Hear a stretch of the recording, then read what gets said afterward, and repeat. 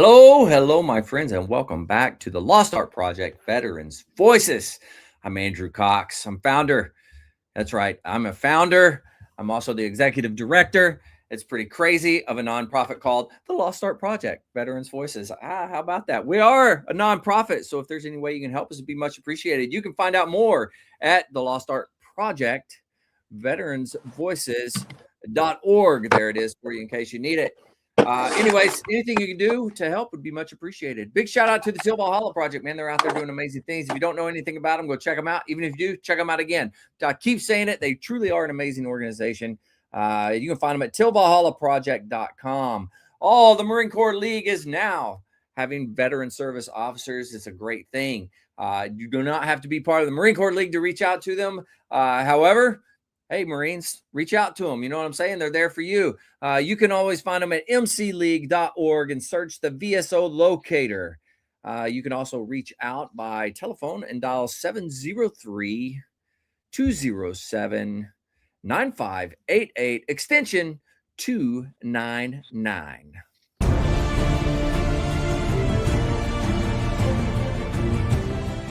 Are you a Marine veteran? Are you missing that bond you had on active duty? Then I have a place for you. Join the only congressionally chartered Marine Corps Veteran Service Organization, the Marine Corps League. Get that brother and sisterhood back in your life. Become one of the fewer, the prouder, a Marine Corps League member.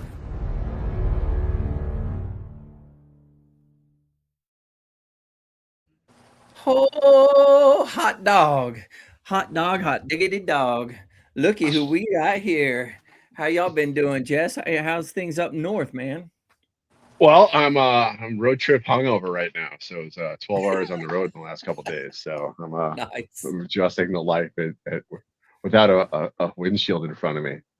So Yeah, yeah. drove over to Spearfish on Friday. Stayed with Hmm. friends from we went to MEPS together, boot camp together, school of infantry together, LEV school together, got stationed together, 29 Palms, got married about the same time.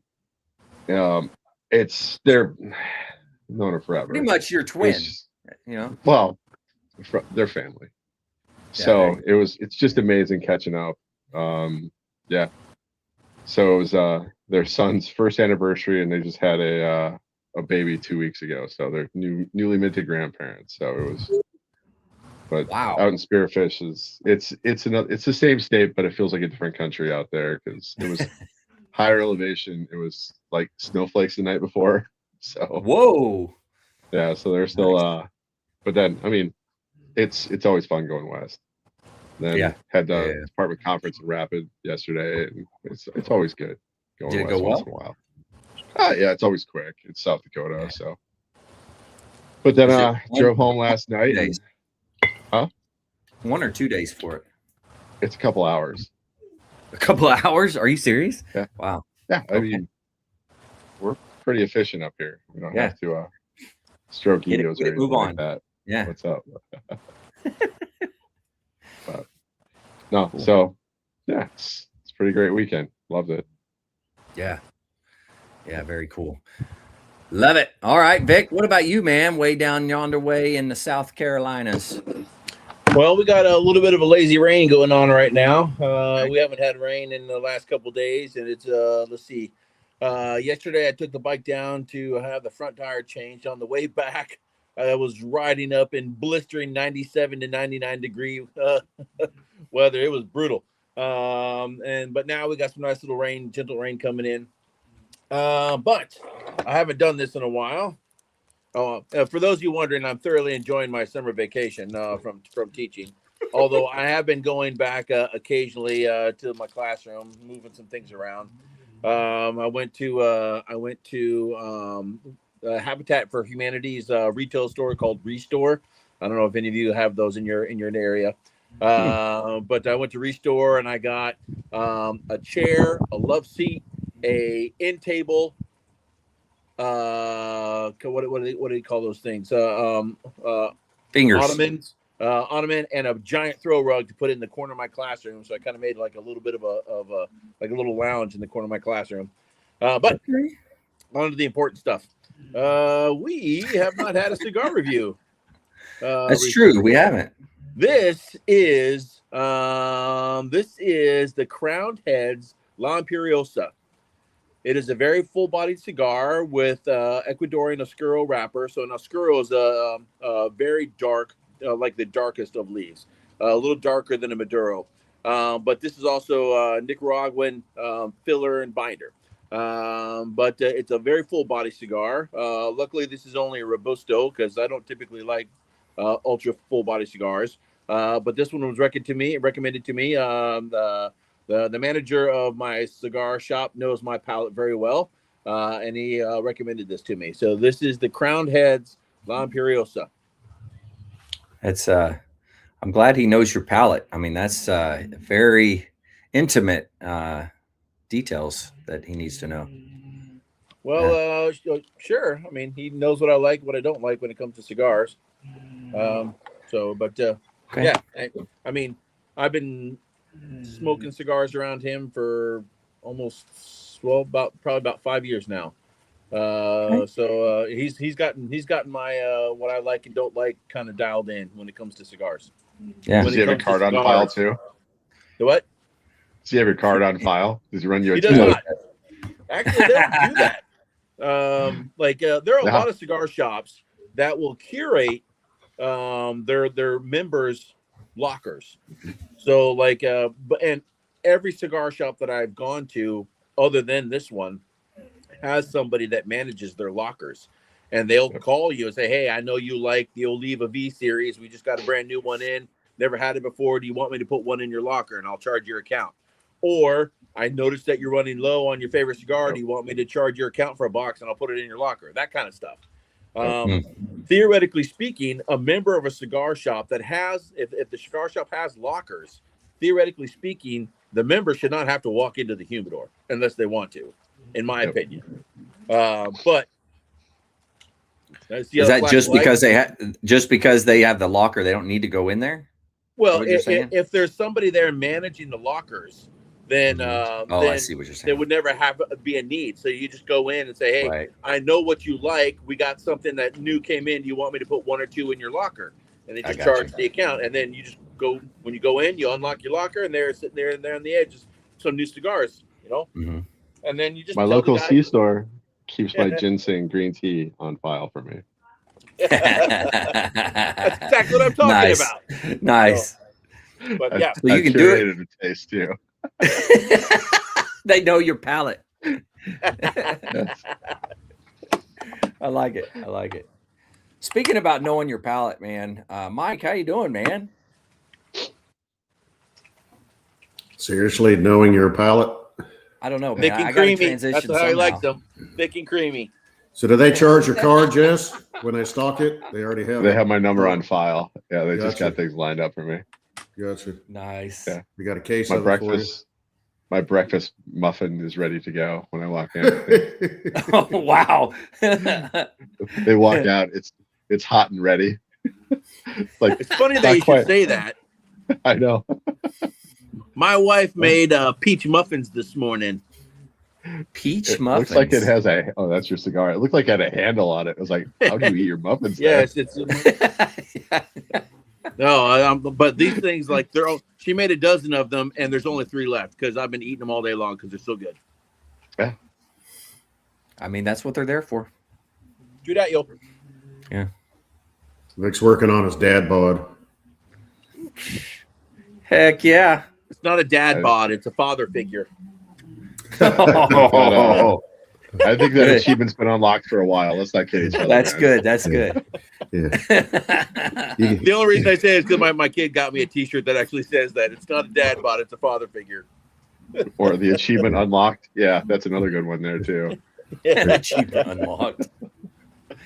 Vic's working to cushion the 6-pack. So It's a keg at that point. yeah. My washboard abs have a load of laundry on them right now. Yeah. Oh, yeah. Nice. Yeah, you had said that before, yeah. That's good. That's good. But I'm doing good, just staying busy with work. Yeah. All right. Are you home? You're home, huh? Yeah. Is that the same background? Yep. Is it? Same wall. It looks different. Wow, thanks for noticing, Andrew. Holy Shows shit. how much you pay attention. No, it's a different. It looks like a different color. It's My always palate been- is not used to this I other know. color. That It may just be the lighting here, but it could be. this low definition camera on my work laptop. Oh my gosh! I don't have all the high tech equipment that you have, so I mean, I do have high tech equipment, but I don't really use it all the time. gotcha. Low tech is okay too. It's a crutch. There you go. It's a crutch.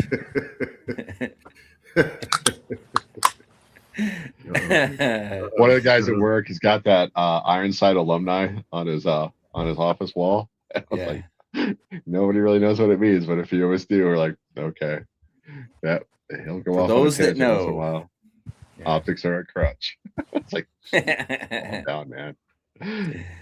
So it's funny that you say that. So the school leadership has finally figured out a way for me and the choir director to not have the same room, share the same room. So the school built like a steel building, like 100 feet away, and so they're moving the athletic weight room into that building. So the athletic weight room is the next room down from my classroom. So they've gutted what used to be the weight room, and they're going to move the choir into that room. So now I'm in a position where I can start customizing my room. So I'm gonna get a bunch of Marine Corps stuff. I'm gonna make. I want to make like one of those wooden American flags and put it up on the wall. I found this great, all the motivational leadership posters. You know what I'm talking about? Oh yeah. I found one with Darth Vader on it, and he's just holding his hand up like this. And he said, "Leadership, it's about holding people up." That's funny. So I'm gonna get a big poster of that. But like the Iron Sights alumni, I want to do a big poster of that too. Yeah. That's awesome. But we'll see. Well, what did we want to discuss? I've been busy hold on. recording. For your office desk, my daughter got me this carved box. Oh, very cool. Oh, that's cool. Yeah. And it's got the magnets on the inside. It just slaps on top. But yeah, it's like they have like my number pegged. I was like, we know what to get him, even though he says he's hard to shop for. Like, those little punks. We're predictable now. Oh, that's funny. So, what else? What do we want to talk about today? How about those Knicks? How about those Knicks? That is I wild. didn't even watch. I didn't watch it. I don't know what happened. Me either. But I read about all the riots because that's what you do when your team wins. You destroy your city. What? That's an SEC tradition. What are you talking about? I guess. Like 12 people Weird. stabbed or some trash. I mean, it's like ridiculous. My team won, so we're gonna pillage and plunder and whatever, kill people. Yeah. Win or lose, this city's going to burn. That's the Philadelphia way. God. Well, don't they grease the poles in Philadelphia in case to limit the pole climbing effect that happens there? Yeah, they grease them, but it doesn't seem to work. No, that's what Gojo's for. It takes it right off. Yeah, they're not using the right stuff. They gotta. Yeah. Well, what do they use at the Naval Academy? So they have like that spire or that obelisk at the Naval Academy. They put the plebe hat on, the cover on, and they got the officer cover, and then they have to. It's high enough, and they don't get to. It's like a tradition at the Naval Academy. So they put like lard or something around it, and then they spray them with hoses while they're trying to build like a human pyramid to like replace it. It takes like 3-4 hours to do this too. It's like the whole freshman class has to do this. That's what they need. That's pretty cool. And hit them with fire hoses too. That's a fun game. I like it. Huh. Yeah, I was. So there's go ahead, Jess. Oh no, go ahead. You listen to the podcast, man. No, I was going to say I was listening to another podcast out of New York, and they were talking about that going into that game for the Knicks, and they were like, the one guy's like, "Oh, New York fans aren't like Philly fans. Philly will burn the city down. New York fans have more class." And they're like, "Where the hell do you live?" Not even close. So they're like, win or lose. So they were coming up with different ideas, and they called it like a barbecue. They're going to burn some cars, so they'll just have barbecues. So they're like, well, New York City Police Department, Nat, they've got to have cars that have been impounded for months to years. And they're like, why don't they just pull those out, put them in designated spots? True. That's a good point. Intersections, and say, here you go. Flip it over as many times as you want. Light it up. It's free game. Do whatever you want to do. And they're like, no, that's too easy. That's volunteers tribute. I mean, exactly. Hunger Games, like they're all like, no, that's entirely too easy. No, we got to go destroy people's properties and bust windows out because win or lose, the one guy's like, city's gonna burn, man. We've got too much class, and they're like, where the hell do you live? Yeah. Well, the other crowd things that are going on is the World Cup. I mean, the crowds are fantastic. The Scots are having a blast in Boston. The orange cones hats are popping up on all the statues. I guess they sent them ahead, like pre-stage them all over the city for this. Really? Army. I mean, I guess they hit like 125 decibels at Foxborough. It was like one of the loudest matches they've ever had. I mean, soccer. I'm going to call it soccer because it is. I can't stand watching the sport, but the crowds are fantastic. I mean, that's true. The sing-alongs. I mean, they're doing like Loch Lachlan. I mean, it was something else. And then the Dutch in their orange, the guys going into Buc-ee's for the first time ever and just floored by it. Even the French are like, I understand this is Buc-ee's now. I mean, Japanese tourists are just funny. Like out of their gourd. Like, Buc-ee's is amazing. Like the English guys having a biscuits and gravy for the first time in their life, and it's like, this is the best food ever invented. I'm like, it kind of is. It's really good. Yeah. I mean, I'll give it, but it's not a shutdown. It's not a hard reset on the old nervous system that these guys are going through. That's what's making me laugh. Shut down. You're frying, man. I had biscuits and gravy yesterday for breakfast. Yeah. I like some British guy was having In and Out, and he shut down. He was like, "This is just the best burger I've ever had." I'm like, "What is? Like, go to a Texas Roadhouse, bro. You're gonna love those too." Well, and a staple in your diet is a toast with beans on it. I mean, stop and think about it. Yeah, or boiled tomatoes. Yes. What? All right. Yeah. You guys have all done the British breakfast before, right? The sausages, they're just What is that? That's not. I come from the land of Germans up here, and if we ever had sausages like that, I think we would burn the place down. Probably. It's like sawdust in a wrapper. I'm like, what are you doing to this thing? Stop it. Oh man, that's too funny. But yeah, so they're gonna get some calories, go home, and maybe we have an entire new wave of immigration. Who knows? But if you're coming from Australia, leave the Vegemite there. We don't want your Vegemite. You can have the Vegemite. That stuff they should is nasty. Call it in the ocean. Call it good. I don't know what that is. What is that? It's a yeast they put on toast, and it tastes like a yeast you put on toast. It's like a beer starter kit. They just forgot to put like the rest of it in. It is like, you bitches eat this for like enjoyment. This past school year, my bass player convinced everybody in the band that we had to do a Down Under Men at Work tune, right? And he's like, we got to do it. I'm like, well, fine. We've got to try some Vegemite then. We have to have Vegemite. So I got like a bunch of pictures of all of us eating Vegemite on crackers or something like that, and all of the appropriate facial expressions. Yeah. All this stuff. The kid trying to wipe it off his tongue. It's awful. So in Kabul, for the rest of the semester, like the bass player, every time a sixth grader would walk by, the bass player was like, "Hey, come here, sixth grader, you got to try this." Just amazing. Yes.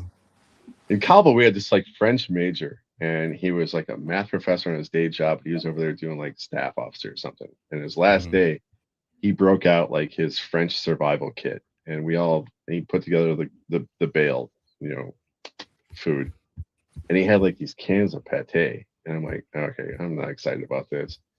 Put those things on crackers, and my God, that was actually good. I've been down in that for a long time, but that was legit.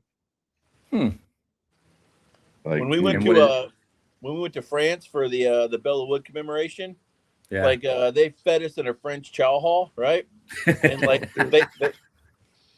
but like they drank their lattes out of a bowl. Yeah. And I'm like, this is the greatest latte ever. The reason I still drink lattes to this day is because I tried lattes out of a bowl in France, and I still enjoy them for this. I mean, it's like, you drink it out of a bowl. Like, that's the way to drink coffee. You finally get enough of it, because it takes a whole bowl. Dude. So we always did like bilaterals with other militaries, and they do like the traditional like exchanging of the MREs and stuff like that in the ration. Yeah. The French, it was like a full-on field kitchen they set up. It comes in a zip. I mean, it's just like, here's this, and it's like a squad meal and some shit. And we made the mistake one time with doing Mongolians. That stuff is horseshit. It was like there's a reason these guys are tiny when they show up to theater, and they were like, you rolled them on the plane at the end of because they're eating like 4 plates in a meal, because there's like they went there to eat. So, but no, that was rough. Gotta get your food on somehow, Did you guys ever do the white packs MREs, the cold weather ones? No. Normal ones got like 3,000 to 4,000 calories per MRE, right? Yeah. I think these were only like 12,000. They're just some ungodly amount. If you housed one of those in a day, you were not feeling good. You and Porta John will be very familiar with each other. No, you're not going to see that thing for a while. You're going to lock up. You won't be familiar. Nope. Anaconda in you. That's what you got. Nah, but it's fun watching sports right now. Watching the reaction to sports, because I don't know, that thing going on right now. We're gonna see what that happens, but the White House is looking wild. Hey, did you see all the for the weigh-ins, like the motorcycles doing backflips, all kinds of crazy stuff was happening, man? Yeah, I watched that. It's called a movie called Idiocracy. I've seen that before. Oh man! Sponsored by fucking Brando, isn't it? Yeah, it was pretty cool. I thought, I was like, oh, it is cool. I'm gonna say that, but I don't know, man. I mean, let's be honest. Every Easter, a spectacle is made at the White House. This is just one big spectacle for the 250th birthday. Okay. Of the Army, and it's 251 for the Army, isn't it today? Yeah. Happy birthday, Army. That's right. Yeah. It is their birthday today. If you ask them what their birthday is, a lot of them don't know. So this is always a fun game. They just like, well, it's in June. All right. How many Army dogs out there know the birthday? And be honest. Let us know. Got a bunch of jarheads here telling you when it is. Yeah, that's what I find funny. We know when the Army and the Navy, nobody cares about the Coast Guard, but we know when their birthdays are. That's funny. Oh, I mean, it was like, I think it was last year. It was like a buddy of mine's soldier. I'm like, hey, happy birthday. It's like, my birthday's in September. What are you talking about? I'm like, no, it's Army's birthday. It's like, birthday. Wait, what? It's in June? I thought it was like in October or something. Like, no, that's the Navy. Like, no, never mind. Shut up. Checked out. Oh man. But yeah, it's wild out there these days. So, and yellow school buses. Europeans don't think they exist, and now they're all like freaked out by them. Like, they do exist. What? Like, they're real. Yes. They honestly didn't think they existed. They thought they were made up. They thought it was just one of those big practical jokes we were running. Oh, they see them in the wild. Yeah. Magic school bus. Yeah. Yes. Well, so they're running around America trying to jump on yellow school buses. Hopefully they figure that out. We got short buses. There's this So. Brit who chased down a yellow school bus just to ride it with a bunch of kids, and I'm like, that's how you get arrested, homie. I don't know what you're thinking. That's true. That's a good point. Oh man, Wow, dude, it is. It's wild But out like there. So I mean, it's such more. It's so much more of a cloisteral event. You know, you don't see the Olympians doing that. You know, but like the guys well, come they over limit for the to a World Cup city. and they're out doing stuff, and I don't know. Maybe they do it for the Olympics. They just don't televise it. Well, they keep them in a city. They have a village. They're not out in the wild, and they spread this thing across the country. Yeah, which is awesome. Boston, Kansas City, Miami. Watching the Brits down in Miami is hilarious. Like, they're not prepared for this at all. They might melt. Someone said that the best way to get to the stadium was to walk across I-95. And I'm like, I think that's how you die. There's actually a game called Frogger. You're about to live it in real life. Like, this is like, you know, it's like the advice they're giving their fans to go, like their supporters to go to these matches. They're like, what are you doing? You're gonna murder, death, kill like an entire team, like all their supporters in one shot. But I don't know. There's like a few thousand Scotsmen walking down the street with bagpipes in Boston. That was pretty cool. Not a fun way. So good on them. That's the place to do it. Yeah. It's kind of fun watching other people just enamored by our day to day. So I don't know. I think it also helps remind people that America's a cool place. It's the lens you view it through, you know? Yeah. And it's like if you choose to look for the positive things around you, you will see them. If you choose to only look for the negative things around you, that's all you see. Mm-hmm. You know, but there's like America's a cool place. So for Christmas, I got my wife the little deck of cards for your state. Have you guys seen these things? Like you scratch off one thing and then you go do it, you know, and it's all over the state. We've just started doing them. You know, I got it for Christmas, but we're just not doing them. But like one of them was like to go to a drive-in movie theater, you know, stuff like that. You know, it just gives you a reason to look for the positive things around you. You know. Well, how often do we not do that? Oh, all the time. When you're driving, all you do is look forward, and that's like driving across the state in the last few days, back and forth. I do this too when I'm looking other directions. Our speed limit's like 80 going across the state. I dropped it down to like 70, 75. You know, just like gas ain't cheap yet. Okay, but there's fire truck henge or fire henge they call it. It's like a bunch of fire trucks like leaned up against each other with an airplane on top. It was like that was on the way. That's cool. Since some guy like torched out it's a kid walking a Tyrannosaurus Rex with an American flag over his shoulder, like a silhouette. And it's that's just on the cool. way there. I mean, all these things, I was like, I never saw that before. Some guy made like a giant bull's head, and it's like you can climb up in it if you want to. I mean, that's on the way. It's like this whole ride is just crazy across the state. So, I mean, it's 6 hours. For the record, that's one of the reasons I ride a motorcycle. Yeah. Uh-oh. The president's own is on right now. What are they doing?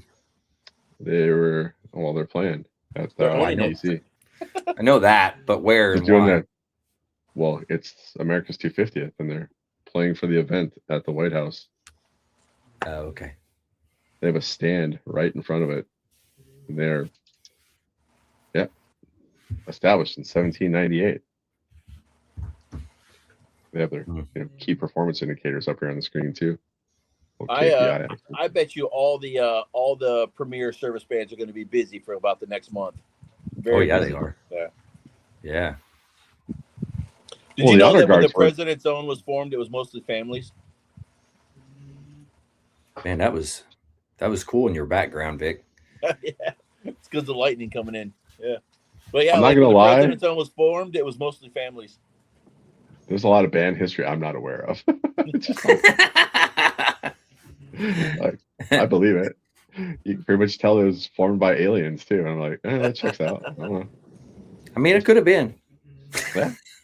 They were all aliens from another country, right? I gotcha. Aha. Because That was so pretty many good. families played music together. So a third of the violin section was all one family. Well, I didn't know that. That's all they could Yeah. afford. Hmm. They share everything too. Yeah. No. I don't know. It's gonna be it's an event. That's what it is. And then tomorrow we go back to work, right? Some of us. Yeah. I don't. Yeah. I mean, I Yeah, might go to that's work it. tomorrow to kind of move some things around in my classroom, but not because I have to. I go to work. I go to work tomorrow. 1 week from today, we're going to be at Disney World. On That's purpose World or again. on huh? purpose, yes, on purpose. We're spending. They go 3 down days all the at time. Disney World, and then we depart on a Disney cruise. Oh, Our dang. first on cruise ever. purpose? On purpose, yes. Ooh. That's all Mike's fault because he's been cruising so much. Like we got to take a cruise. I got to take a cruise. Well, make sure you bring a checkbook. We've been budgeting. Especially on a Disney cruise, you're going to pay for drinks. That's for sure. Oh yeah, I'm sure. Yeah, but you are allowed to bring, I think, 1 bottle with you. Yeah, I've never done one. My wife's done a couple. I've never done one. I've never had the want to. No offense. Do you stops along the way, or is it just get out in the water and then come back? We're stopping at Nassau, or however you say it, and The then Bahamas. at the Bahamas, and then Disney has their own island, Castaway Cay. Of course they do, right? Yeah. The island that Mickey built or the Mickey bought. Yeah. And then like in the shallows is the Dutchman from the Pirates of the Caribbean, like the actual one they used for the movie. Oh, really? Yeah, so like the Dutchman is just sitting in the they're half submerged. That's pretty cool. Yeah. So I think they were filming one of those in Hawaii, and they had that off the coast, off of Oahu there. And you come around the corner and you start seeing this like old timey like pirate ship off the coast. You're like, all right, this is wild. Who's doing this now? But They Cool when we stuff. bought into the Disney Vacation Club, they tried to get us to buy into Alani, which is the one in Hawaii, because it was the newest one, and they were like, "Why? No, that's dumb." Because thousands of dollars for round trip flights just to stay Just- at a hotel. Yeah, no, Yeah. no, it's no the thanks. wrong side of the island too. You really want to get down in the weeds on that. Oh, really? Is it? Yeah, and there's something I'm going to not say out loud on this show right now because there's a weird history there. Oh, okay. But I Nope. mean, but it would be one of those things that like, okay, the one time we go to Hawaii, might as well stay at the Disney Vacation Club resort, unless you're telling me it's like haunted or something. You're going to wish it was Not the haunted. reason I'll to tell you go? What happened there? Okay, well then we'll talk about it afterwards. But Yeah, you never saw the Brady Bunch, Vic? yes, I've seen the yes. Remember with the haunted tiki or whatever the hell it was, and then It's the leeward side, and the leeward side is wild. And it's got its own beach. Remember that. But yeah, there's another thing next to it that wasn't so great. Okay. We'll talk about it all But- the time. I mean, yeah. Well, it's many years down the road. I don't see us. I mean, I tried to get stationed at Hawaii after recruiting duty. Well, I didn't try. Actually, the monitor was like, "Hey, you're going to go to Hawaii after recruiting duty," and I was like, "Yeah, we're going to Hawaii." And I went home and I told my wife, and she said, "Fuck no, we are not going to." I'm like, she knife handed me and everything. We are not going to Hawaii. I mean, she flipped out, and I'm like, "Why not?" And the hospital sucked. We have to quarantine the cats in the bottom. And I'm like, all right. So I had to go back to the monitor and say, "Hey, I can't do Hawaii." And he's like, "What are you talking about?" I was like, "Stop. Happy spouse, happy house. Don't ask." Kind of thing. So I had to go back to Miramar for a third time. Shut up. I'm like, when are we going to live in paradise at somebody else's dime ever? You're no nothing. She's not wrong about that hospital. They call it Crippler for a reason.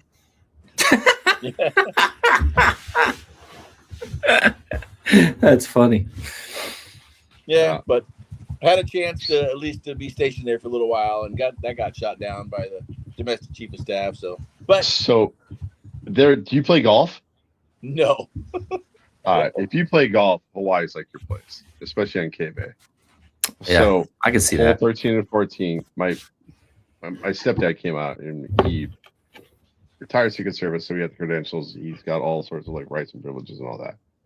So we go to the base course, get a cart, and I'm just driving a cart for him. And like hole 13 or 14 parallels the beach, and it is amazing. And they do it right. Canyon Bay, like the golf course, is legit. So I'll give them that. But, Andrew was yeah, there never, when the last time I actually touched the golf club.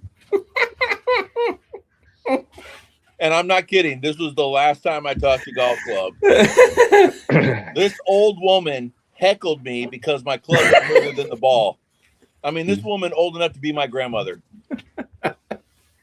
Because I have really sweaty hands all the time. My hands sweat all the time. So like we're about I don't know, we're on maybe a third of the way through our bucket of balls, and then the club slipped out of my hand and it sailed out about 10, 15 feet in front of me.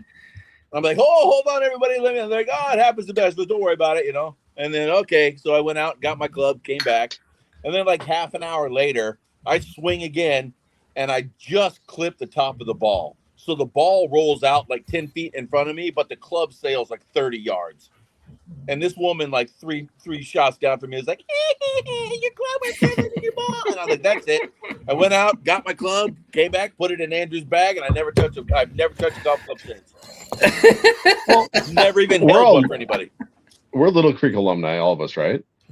Everybody went through Little Creek, right? Yeah. There was nothing better on like a long lunch than bouncing over and hitting a bucket of balls at Little Creek. That was perfect day.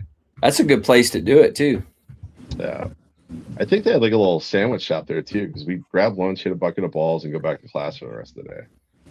So it wasn't a bad little ride. Quantico has a really nice golf course too. Wouldn't know. I hear they have an FBI academy there too. Never been to that one either. Yeah, a golf course at the FBI academy, like where that's at. No, I hear they have an academy. I don't know. Quantico confuses me. Most things on Quantico are like, what's going on here? Other than there's a million officers there. Yes. I don't know. Also, a great place not to be for me. Worst duty I ever had to stand was McCittick, Marine Corps Combat Development Command. I mean, it's a 3-star, but the whole building is nothing but officers. But the few that enlisted that work in there have to, or they enlisted around base, have to stand the duty there. And you spend the whole day.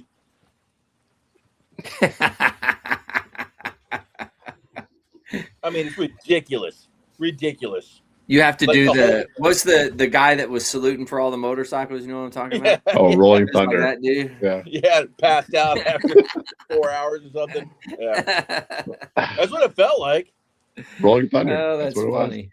So I thought it was one of those things where, like, you know, you salute the officer when they come on deck, you know, for like at the beginning of the day, and then you salute them when they leave at the end of the day. Oh, no, man. I was a staff sergeant. I got my ass handed to me by a major because I didn't salute him like the 7th time he came in. Like, fucking chewed me out in front of the sergeant and everything. I was like, you fucking douche, man. Seriously. Whatever. I'm not bitter. Do you have a TV at least? What? Do you have a TV at least? No. And it was a sleeping post, so I had to walk down the hallway and sleep there overnight. It was awful. I hated it. Well, there was a story about Mattis, and somebody came in like, hey, we're trying to find the OD because they're giving, it was like Krulak, I think. Oh, yeah. This is a good story, yeah. Yeah, it was like Christmas, and the major was on duty. It was supposed to be on duty, and the guy came in and was like, hey, trying to bring some like Thanksgiving or Christmas meal for the officer of the day and you. And he was like, so who's the OD? He was like, General Mattis. I was like, no, I know he's McCittick commander or whatever. I was like, who's the OD? It's like, General Mattis. Like, no, who's in the rack down the hall asleep right now? Like, General Mattis. I mean, he took duty for one of his guys. So you go home and spend time with his family. So I mean, that's like the McCittick story that always pops up for me. But Yeah, I didn't. the legend of. Yeah, I don't know. It was always a cool thing to like stand duty at 7th Marine Regiment headquarters because it was every wall. They broke into the archive pictures and it was like a rolling history lesson. So when you're standing duty there, you could spend an hour in one hallway.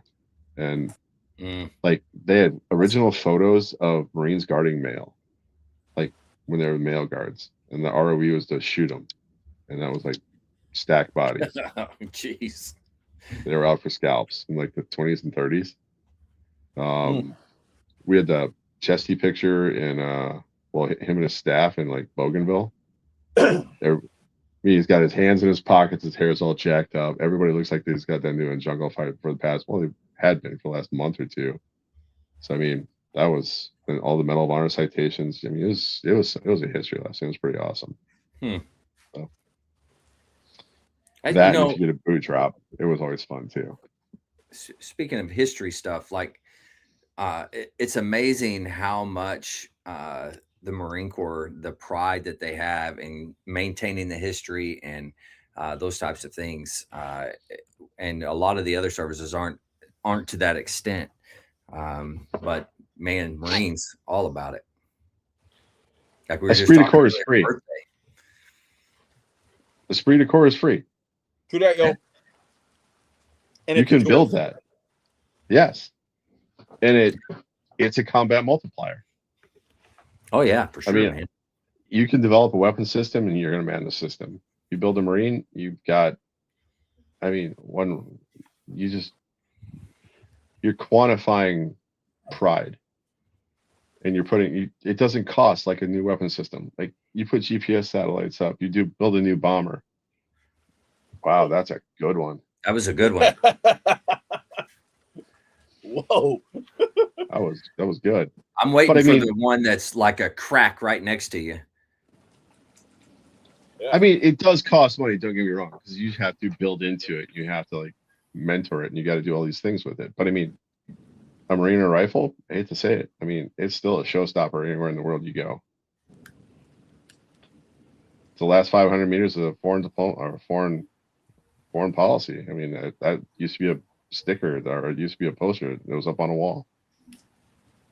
That's what it was. And that's that esprit de corps and that history. And that history, it's been riding all the way back to the beginning. Yeah. So there are many like it, but this one is mine. That's right. I mean, the one I had was almost a smoothbore, so it might be one of the originals too. So that was gross. So well, I was a contractor. And you still shot expert.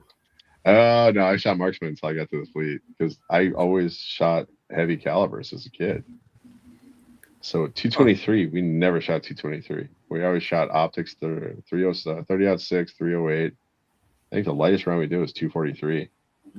Okay. So shooting a 223 was like, or a 5.56 was like shooting a BB gun for me. And it's like it took me a while to wrap my head around it. Like, what am I doing? BB gun. I shot a 22 once before I went to boot camp, and I graduated platoon high shooter. Dude, shooting 22s for me was like we should shoot rats and salvage piles with them. It was like a Plinken run, and then 223 was like the round gets pushed a lot more and it drops so much more than I was used to. So yeah, I don't know. It took me a minute. Then I got to 29 palms. Like, all right, now I get it. So I was a marksman coming out of boot camp. Yay me. Man, I hated the 29 palms range. It was awful. No. Well, when you shoot 25 millimeter, 7.62 all the time, 50, and you go to 29 palms range, like the actual rifle range, like it was kind of an admin day for us. It was kind of nice. I guess. So man, I remember one time it was during a qual day, when we used to, you fill out each other's scorecards, so I'm sitting on the bench behind our tuba player, and the wind was blowing one direction at the firing or at the targets and another direction at the 300-yard line. Mm-hmm. Oh my gosh, it was ridiculous. We were at the 200-yard line because he was still standing, and like he got pushed so hard with a gust of wind that he shot the ground like 5 feet in front of him. You remember? Were you there with Wartink? Do you remember Wartink, the tuba player, big, tall, gangly dude? Yeah. I know that name. He got shoved over so hard he shot the ground like 5 feet in front of him. Well, did you guys ever shoot Okinawa at all? Like Schwab or Hansen? Yeah. No. Schwab was the bull that always nobody could shoot for shit in, and Hansen was just wild. But there was a they don't call it, is it typhoons they call them there? There was one like coming in, right? It hadn't hit yet, but the wind had picked up, and we were out there qualifying, and I mean, qual day was ridiculous. It's kind of like what Vic was saying, like one flag 500, one flag be this way, the other be the opposite, and then there'd be one straight back. It was just everywhere. You're like, what the heck? Or one side it'd be like blowing this way, and then the other side is blowing this way. You're like, how's that even possible? Like, you can't blow at each other. Yeah, it's pretty wild. Dude, the rifle ranges there, like Camp Pendleton. Well, the ranges in general in the Marine Corps were just nuts. I remember my first saw range, there was a buffalo wandering around in the range. I'm like, you gotta be kidding me. I'm like, this isn't real. I'm like, oh yeah, it's real. It happens. And then 29 Palms, we have to shut down all the time because the wild fucking donkeys would just wander on. Like, what? We have donkeys on this base? I don't think I've ever seen them. They live around the range or something. And then snakes all over the place too. So I'm like, don't play with the snakes. I'm like, well, now I have to. So now I have to. You said don't do it. So it's a requirement. Yes. I mean, yeah. I don't know. Coyotes all over the place too. Like, no, it's crazy times. But talking about history and retaining history and stuff like that, Andrew and Vic, do you know whatever happened with all the archive stuff with like Albany and 29 Palms? Yes. Albany actually shut down their band the right way. They had a whole ceremony. And then, like, in the CG's build, or the CO's building, not a CG, the CO's building, they put together a whole fucking, like, trophy case dedicated to the band. Yeah. So a lot of the drums and, drum raiders, mace, and baldrick and all that kind of stuff all went into the trophy case. So they had that. 29 Palms, they just turned off the lights when they left. I mean, fucking 29. Surprise me. Yeah, 29 Palms. All the equipment that they had and stuff just went to other bands, right? Yeah. Yes. Yeah. The 3 other bands on the West Coast, we divided up the library and the equipment and the people that stayed in. As far as Albany, I don't know where all the people that stayed in went. But I have no idea where some of like the archive, like some of the stuff, for 29 Palms went. I mean, there was unit pictures and ceremonial pictures and no idea where that stuff went. All that crap. I mean, Rose Parade, granted all the West Coast bands had the same damn picture, but I mean, who would know? Krista might know. Yeah. Krista might have gone to. It might have gone to the DeBow might know. Yeah. Marine Corps Musicians Association. Marine Corps Musicians Association. Yeah, that's golly, I couldn't think of it. But she might know. Yeah. Well, I mean, you stop and think about it. I mean, both bands were drum and bugle corps, and they became bands in the early 90s. And I was part of the replacement group that went into 29 Palms after the initial wave got sent in there. When they made it a band from a D&B, and that was a bunch of disgruntled, whats, man. They just freaking despised, over in an old tank hangar over there by the front gate. That's funny. When I was platoon sergeant at 29 Palms, next to the platoon sergeant's office, there was a picture of when it was a D&B. Yeah. Yeah. I was just always curious whatever happened to all that stuff. Did it go to headquarters Marine Corps? Did it get... I haven't even thought about that with Pendleton. Pendleton, do they have like pictures and stuff from Iraq and up? Do they have pictures from World War I? Yeah. I know it when we were in the old band hall, we had all that stuff, but there really wasn't. They still have it. There really wasn't any good place to put it in that crap hole we were in. We should have been out of 40 years before that, What they should have been doing is taking all that stuff. Yeah, they should have been taking all that stuff and sending it to Marine Corps History Division. They even tried to get that started where they would do that. Yeah. That's burning all kinds of cattywampus. Yeah, and I don't know if you can see it. Hold on a second, I'll show you. This is a mark of very poor. I didn't mean to derail you there, Mike. I just wanted to show you. Yeah, you're good. I'm used to it. You see this little spot like right in there. I'm trying to get right there. And then I'm pointing at. Yeah. We call that a crater. So usually, if there is like a thick stem in the middle of the cigar, the stem will burn hotter, and it burns down the middle and creates a crater like that. So it's like burning, like smoking a twig. I hate it when you leave the seeds and the stems in it. It's just like cheap rollers. So your boy didn't know it's cigars, huh? Yeah, he thought I might like it. I mean, and the flavor has been interesting. It's it started off with a little bit of spicy light, but then it got nice and it had like a nice nutty flavor you would have liked, Mike. Then it got twiggy. Then it got twiggy. Now it's too woody. You know, it's too like. Yeah. Oh God, that's too funny. I wouldn't take it, Mike. I'm sorry, Mike. Dogs aren't taking it either. You heard them, did you? They're taking up for him. They're like, hey, Vic, go suck it. You know what? That's weird. Stick it back in your mouth and puff. Give it. Yeah. No, I'm good. I don't have anything else to say. You can derail me, whatever. It's good. I'd rather derail you than rail you. Oh, I appreciate that, but nothing surprised me with you, Vic. So So when they start casing colors, and that's like one of those things that it's just like there's got to be a better way. I think History Division, especially what's going on with like Third Marine's case their colors, the bands are casing colors, they're like getting rid of entire companies. Like Third LAR, when they shut down the Delta Company, the Dragoons, that was like the alumni association got involved in that. And they brought the guys out who were there from back in the day.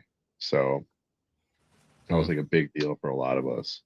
So I mean, the LAR, like the Wolfpack Association, we get the coins, and they had the Dragoons on here too, because they just can't get rid of them. I mean, that's always going to be part of it. They got the Huron and they got the Erie and some of the other companies. So we had Echo Company for a while too, because they broke it out. So I mean, when they case like a company in LAR, that's like so you shut down a band, there's got to be something going on there too. They got to take some time and do it the right way. They should. So, when I was out at Miramar, they stood up the new V22 squadron out at when we switched over to the V22s, right? They made a huge was one of the third V22 squadron in the Marine Corps. So they made this huge thing out of it, like original plank holder ceremony, whole 9 yards, standing up. And then like a year and a half later, they closed it down. That's messed up. So I played for the commissioning ceremony and the decommissioning ceremony. That's so wrong. Well, they're shaking up everything all the time, so I guess it's the way it's going to be. But like the 3rd Marine Regiment, that's not one. I mean, that's a regiment, and they put it to Littoral Combat Regiment. I think it was LCR. Yeah. That wow, 1-3-2-3-3-3. That was a wild ride. What they did with those guys. So I don't know. It's weird. It's wild seeing all these history kind of going sideways. But it's always going to happen. 9th Marines, that happens to them all the time. They're the break glass in case of war regiment. So well, speaking of all that, decommissioning and retiring, what about the Harrier? They finally yeah. I don't know. I'll lie to you. Honestly, didn't know we were still flying Harriers. That's how far out. I don't know why we did. I mean, that's the original jump jet right there. I mean, Yep. I don't know why we stopped. Those things are great. I understand the F-35. I get it, but yeah, I know we had F-35s. They were usually going to hit target. They're going to shack it. They just did. They had a hard time missing. It's almost like they had to try to miss. They were more accurate than anybody else. They have to try to miss. No, I mean, 18s, you kind of got what you got. They were pretty good, but Harriers, you want a 250 or 500 pounder on target, it was going to hit. So you get 25 mil on the pods. They did what they need to do too. Yeah. But and the other thing, and this is something we have 35s. There's so many problems with that for me, but the decks on the amphibs are not made for the heat that thing kicks. So it will burn through. Meanwhile, the Harriers were good. So you better start reinforcing all the decks. Huh. So when the bottom of shard started on fire, it was in the yard because they're reconfiguring the whole ship as it was, but also they're reinforcing the deck. So it didn't burn through the deck. Wow. So yeah, well now it's a reef or whatever it is. It's scrap now. I didn't know that. Like it's been like scuttled. They can't. They're not. It'll cost them too much to fix it. It's gone. Wow. The 6 is gone. I think I got like hat. We stayed on that when we went up to no, not you and I, Andrew, but I stayed on the bottom of shard when we went up for San Francisco Fleet Week. Yeah. Wow. Really? The Bonnie Dick. Good. I saw that thing too. I don't know. You're living in like Mutual Omaha's Wild Kingdom down there. That's what you're doing. Yeah. Lightning and moths the size of birds are coming by you. That was a June bug about as big as on my thumbnail. I was like, what the heck? He can't go out his yards because he's got alligators out there too. So yeah. You're not kidding, dude. The little pond in the middle of our neighborhood. You like red eyes all over the place at night. Like, I'm good.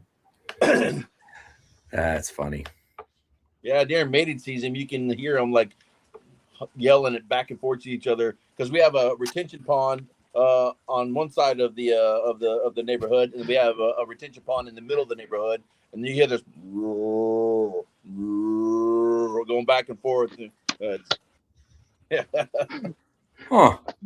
Speaking of the Low Country, it reminds me, dinosaurs fucking. All right, so the family said to go to the zoo. Well, the alligators are dinosaurs. Let's not kid each other. They've been around since before humans. So we took the kids to the zoo. The whole family went to the zoo in town, and we hear like and we come around the corner. It's 2 tortoises going at it. We're like, oh no, this is wild. They're like, and the kids are just like 3, 4, 5 years old. It's like, oh, time to go somewhere else. my they make some interesting noises too. Yeah, that's what I say. There's a wild little noise. My stepdad looks at me, he's like, let's go somewhere. Like my mom's like, let's go somewhere else. My old man turns around, like, let's get some video of this. I'm like, God damn it. Hey, Dad, so what are they doing? Yeah, they're bumping shells, yo. My daughter is a counselor for one of the more affluent neighborhood, has a summer camp around here. So she's a counselor for the summer camp, and they go out on boats all the time, and they were out on the boat last week, and they saw 2 dolphins going at it. And the kids are like, oh, look, they're wrestling. Yes, they're wrestling. Everybody, let's go this way on the boat. From what I understand, dolphins are just horned up the whole time. They'll hump anything. So I didn't know that. Swim with the dolphins? No, they're trying to put something in you. Watch out. Pushing a red rocket all the time. Yeah, that's why those dolphins like to swim with me, huh? Yeah. Red rocket. Yeah. It all makes sense now. All the frogs are starting to come out now too. And toads. Yeah. Well, hey, let me hit this real quick. For anybody that's out there, we've been talking about history, but if you want to be a historical archivist for the Lost Art Project, man, we can hook that up. Well, I'm looking for historical archivists, basically to be somebody in your neighborhood or your area doing local recordings. So face-to-face, set up a device, record it, and then it'll get published here on the podcast, and then we'll get sent up to be archived. But we are looking for some individuals to do this. So if you're interested in that, go to our website and click on the historical archivist page, scroll all the way to the bottom and fill that thing out. And we'll see if we can get you signed up for it. So I just wanted to throw that out there. Sorry. I didn't realize we were that far along in the podcast already. Oh, dude, we're at an hour right 1 now. hour. Yeah. Goes by quick, man. No, it's fun. I enjoy these. I don't know if everybody else does, but I enjoy these. So you guys do any parades for the 4th, or? I don't know what we're doing. My school principal, actually my school president, asked if I had a band that could march in one of our local parades, and I said, yeah, I'll look into that.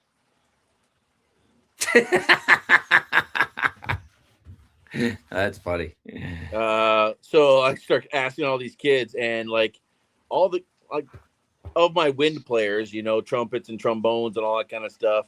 6 of them were going to be in town of the 12 that I have. And I'm like, we can't. We're not going to have enough. And not to mention, they're rising 7th and 8th graders now. I mean, they don't even have the range yet to play the school fight song. So what would we play? Wow. Yeah, I don't know. What's your fight song? You ready for this? It's the University of Ohio, Miami. Yeah, it's real weird.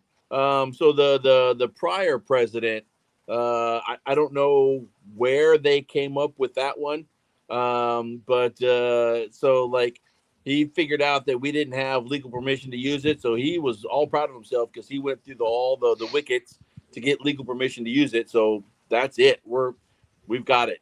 I even reached out to the band director, the director of bands, whatever, and was like, hey, can you send me all the music? He said, absolutely, have fun with it. And it's not that difficult of a fight song, but the trumpets go up E and F above the staff or on top of the staff, which that's 8th grade, 9th grade range kind of stuff. So it's they just don't have the range yet to play it. So first time I ever heard Notre Dame fight song on TV, like NBC, is wow, they have the same fight song as we do in my tiny ass little high school in Leola. I didn't know it was a Notre Dame fight song. I thought it was just our school song.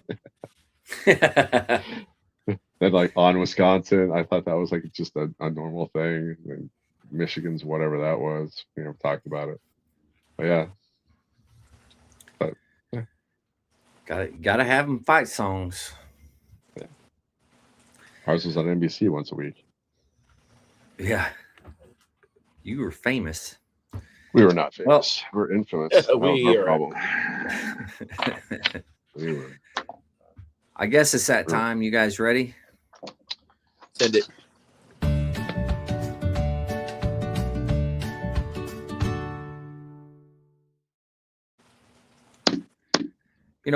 What's really funny is the people that actually watch this are just tuning into our ridiculous conversations sometimes, Yeah. That's what this is for. We're of the people and by the people and for the people. Huh. Interesting. Maybe that should become our motto. All right, Jess. Motto. So I don't know if we go that far. We'd have to get permission. I don't know if they'd let us. I just gave it to you. I'm an American. I can do that, right? Thank you. Oh, yeah. Yeah. Good call. All right, man. What do you got for us? Two for the people. They're going to be hard to find, but they're really good books. It is The Other Side of the Mountain and The Bear Went Over the Mountain. Bear Went Over the Mountain was the War College's tactical vignettes of Afghanistan during the 80s when the Russians, the Soviets, decided to invade. And it was how they fought in Afghanistan in a small war.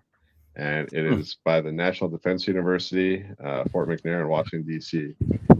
And it is a great breakdown of small units. and it was a really good book.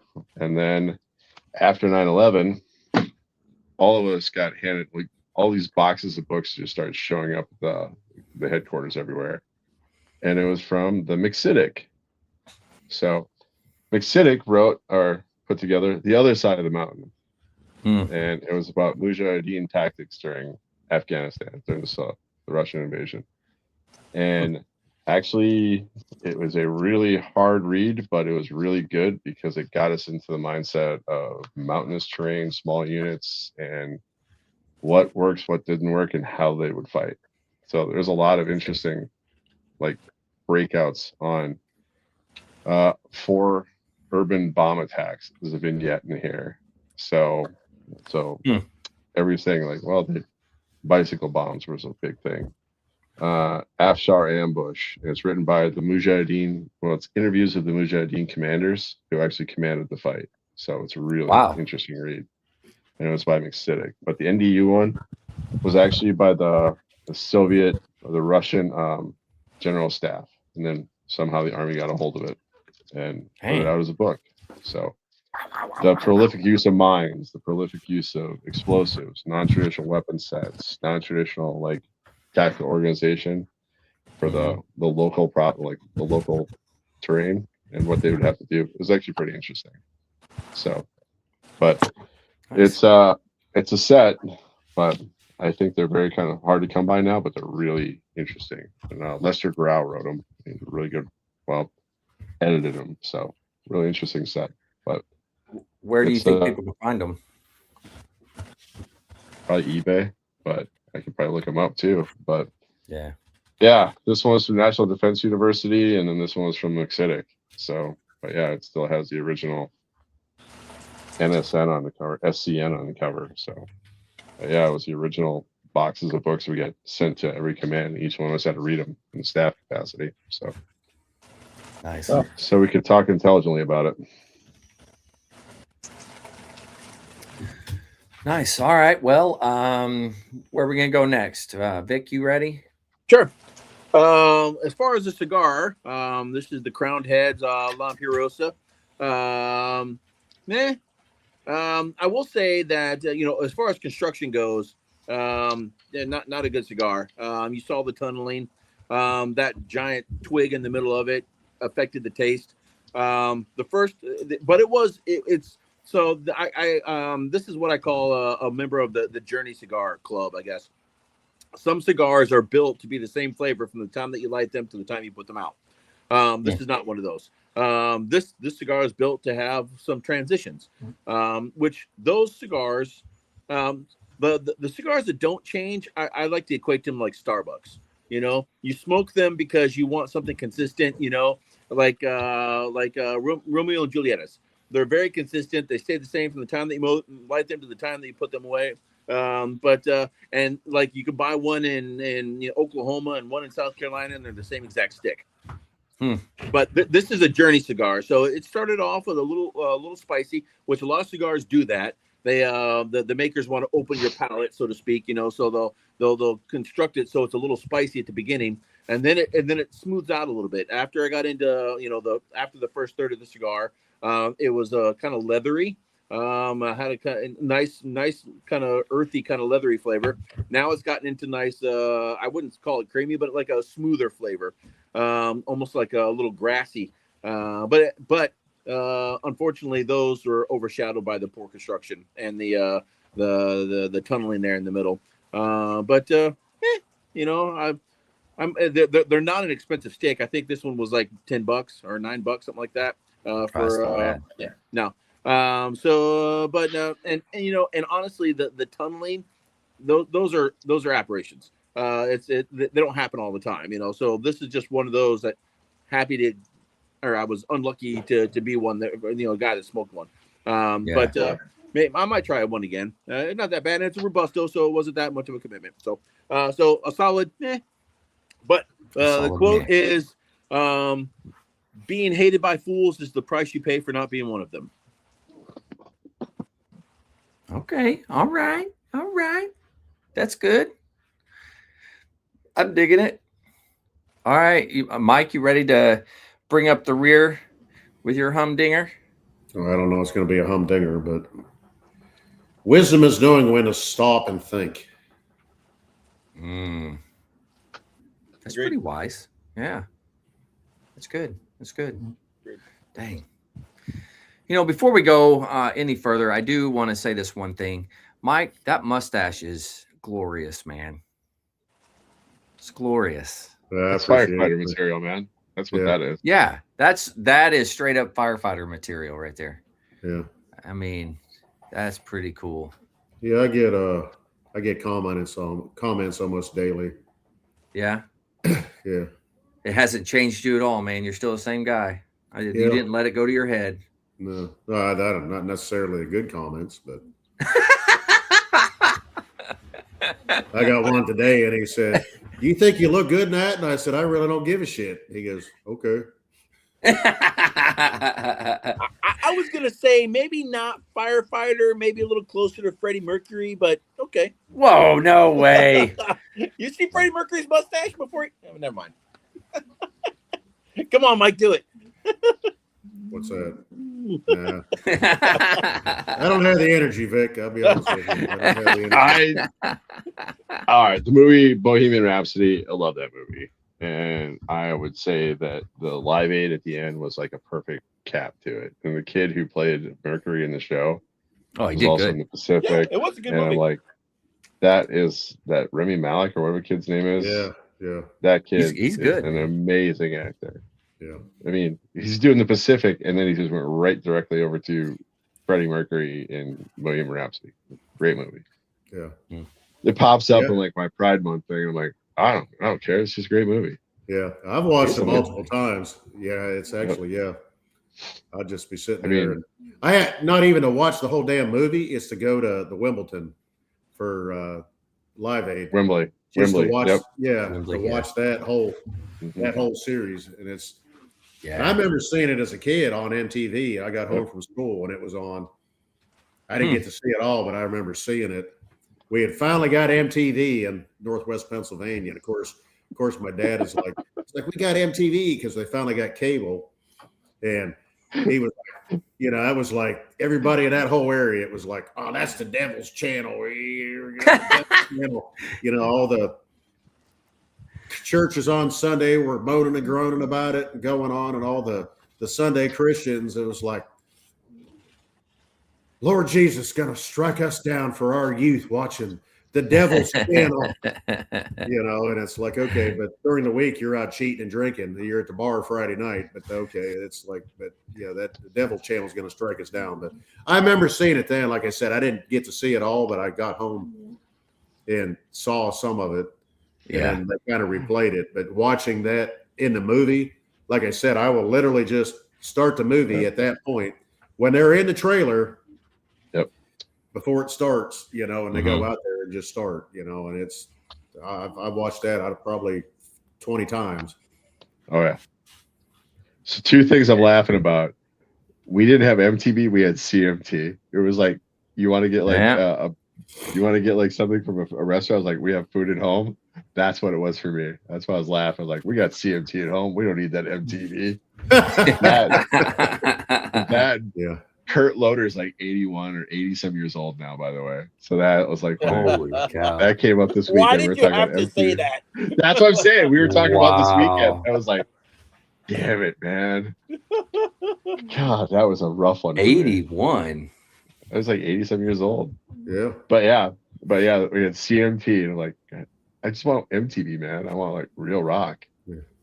But yeah. Well, it's funny now. If you listen to Sirius, my wife's got it in her car because she paid for the subscription. But they've got all those channels. It's like 80s channels, and it's got, what's the one woman that was one of the, they called it, what were they, the VJs? Yeah, VJ. I can't remember her name. And she's like, and this is, it's like, okay, you smoke like 5 packs a day for the last 30 some years now. So Sandra Bernhardt?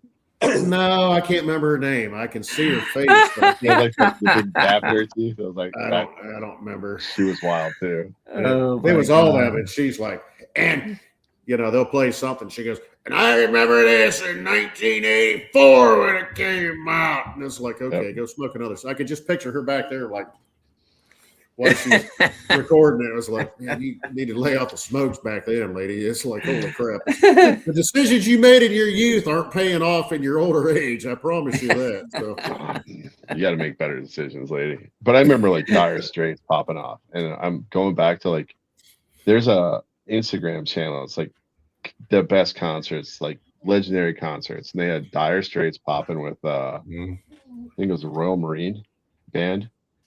And he was playing like Brothers in Arms. I was like, that was amazing. Just listen to Dire Straits today. It's still like one of my favorite things. So, yeah, memories. All right. Well, we're gonna wrap this one up and say goodbye to everybody. But thank you guys for coming on. Yeah. Both books are on Amazon for $20. So I did. There you go. Them. Amazon for $20. You can find them. All right, for everybody out there, if you're struggling, need help, anything like that, don't forget the VA does have some good resources. You can always dial 988, press option 1. You can always text 838-255 or go to veteranscrisisline.net. Click on that chat icon. Any of those options will put you in contact with somebody that can help you out. But remember, one veteran life lost is one too many. I care about you. The crew cares about you. The whole veteran community cares about you. So please reach out for help. And if you're out there, you're not struggling, reach out to your buddies you served with. Ask them how they're doing. And if they need that helping hand, please give it to them. All right, fellas, one last time. Thank you all. Much appreciated. To everybody out there, stay motivated. Change your socks.